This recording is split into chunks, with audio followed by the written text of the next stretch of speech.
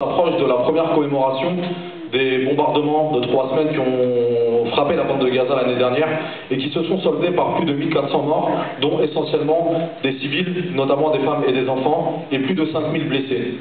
Ces opérations israéliennes qui ont récemment été condamnées, notamment en tout cas évoquées comme des crimes de guerre dans le cadre du rapport Goldstone, voire de crimes contre l'humanité.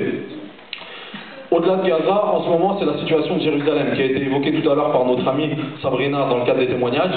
Une politique à Jérusalem qui est mise en place par les autorités de la ville, la mairie, appuyée par l'armée israélienne et la police, et qui a mis en place un vaste programme d'expropriation et de destruction de maisons palestiniennes, avec pour objectif de modifier la démographie sur Jérusalem en faveur des Juifs israéliens. Alors, Jérusalem, Gaza, on entend beaucoup de choses qui font mal au cœur, qui sont révoltantes, mais il faut bien savoir que ça, c'est juste une petite partie d'un iceberg qui dure depuis plusieurs dizaines d'années. Cet iceberg, il a un nom, il s'appelle l'occupation et la colonisation.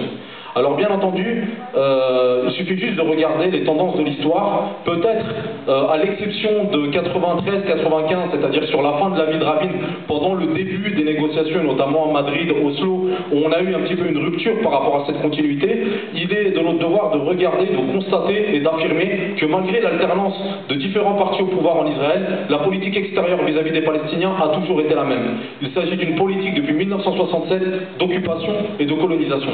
Alors pourquoi? Il ne s'agit pas de dire que les Israéliens sont foncièrement mauvais, il y a des raisons à cela comme vous pouvez l'imaginer. Il y a effectivement une petite partie des Israéliens qui voient cette politique comme quelque chose de religieux, voire de nationaliste. On appelle ça des extrémistes, comme il en existe dans tous les pays, mais sinon il y a d'autres raisons qui sont géostratégiques, géopolitiques, économiques, et qui font qu'aujourd'hui Israël, en tout cas les gouvernements israéliens, n'ont pas intérêt à faire appliquer le droit international et partir sur la base de 2 États pour une question de contrôle des frontières, des ressources, de l'eau dans la région pour toutes ces raisons-là. Alors, il s'agit donc d'un projet colonial et d'annexion territoriale qui perdure et qui, bien sûr, est fait très souvent passer pour une politique sécuritaire, et ce, pour mieux faire passer la pilule, si je peux me permettre de m'exprimer ainsi, à la communauté internationale, mais également à la population israélienne. En réalité, donc, il s'agit, ce qu'on le voit un petit peu sur la ville de Jérusalem, c'est d'essayer d'annexer de plus en plus de terres, mais avec de moins en moins de Palestiniens. C'est-à-dire mettre en place des politiques répressives, notamment sur Jérusalem, d'expropriation et de destruction de maisons, qui visent en gros à faire penser aux Palestiniens qu'il n'est pas chez lui et que donc il doit tout simplement quitter cette terre.